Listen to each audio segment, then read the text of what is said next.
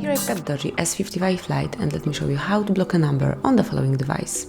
So at first, let's open the phone dialer, then tap on the More icon, which is 3 dots one in right upper corner, and then select Settings.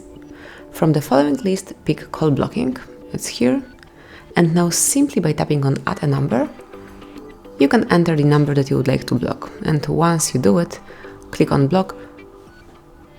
So from now on you will not receive any calls or messages from this particular number. If you would like to remove this number from your blacklist, simply click on the cross icon here and confirm that you would like to unblock this number by clicking on Unblock.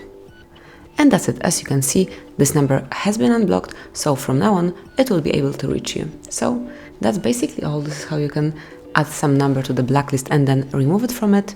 You can do it whenever you need to. Thank you for watching, please subscribe our channel and leave the thumbs up.